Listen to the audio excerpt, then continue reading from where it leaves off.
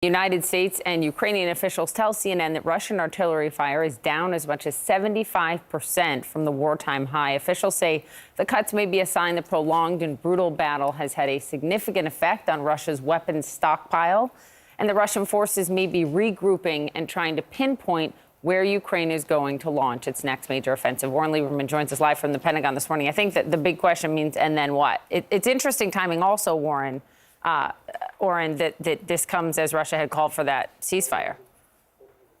Absolutely. A ceasefire the U.S. believes was not intentional, or rather not a real desire for a stoppage to the fight. It was Russian President Vladimir Putin trying to appeal to the Christian faithful and trying to show that it was Ukraine violating the ceasefire. Aside from that, this is an indication with this dramatic decline in artillery fire that something has clearly changed within the way Russia is fighting this war. The question is what? From the wartime high of 20,000 artillery rounds per day down to about 5,000 rounds per day now.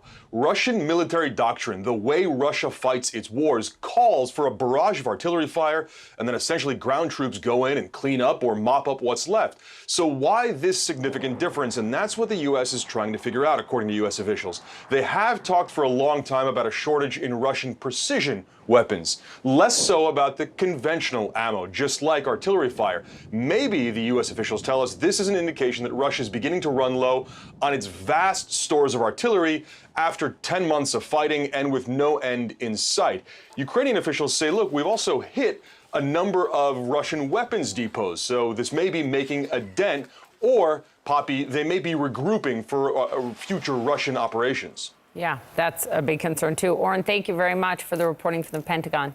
U.S. officials tell CNN there has been a, quote, substantive change in the type of weapons being sent to Ukraine as the nation closes in on 1 year since Russia's invasion. And this comes days after the U.S. announced its largest military aid package for Ukraine to date, with new systems that one official says give Ukraine much more capability.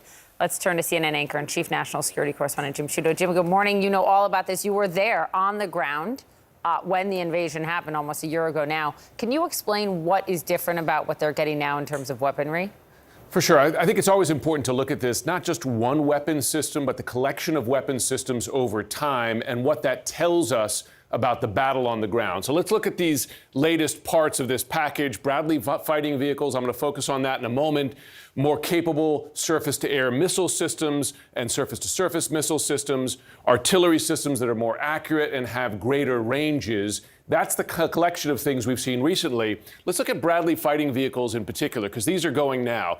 It's an armored personnel carrier, carries troops into battle, but it also crucially has a tow missile. This is an anti-tank missile attached to it. You've heard the reluctance throughout this war of the U.S. and its partners to send tanks. This is not a tank, but it does have the ability to attack and destroy Russian tanks, and that's important. It's particularly important on the battlefield in the East. I'm told by U.S. officials that this is in response to what Ukrainians are asking for, and the U.S. and its partners trying to be responsive to what Ukrainians are asking for now. Can you speak to, Jim, what these changes reveal about the battlefield in eastern Ukraine?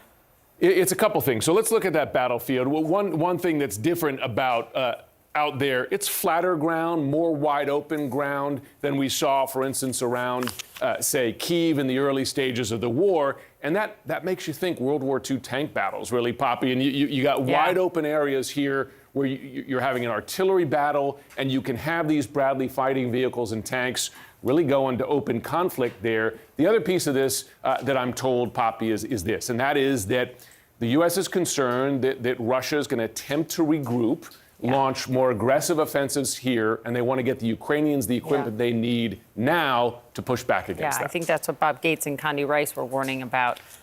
Jim, thanks very much. Thanks.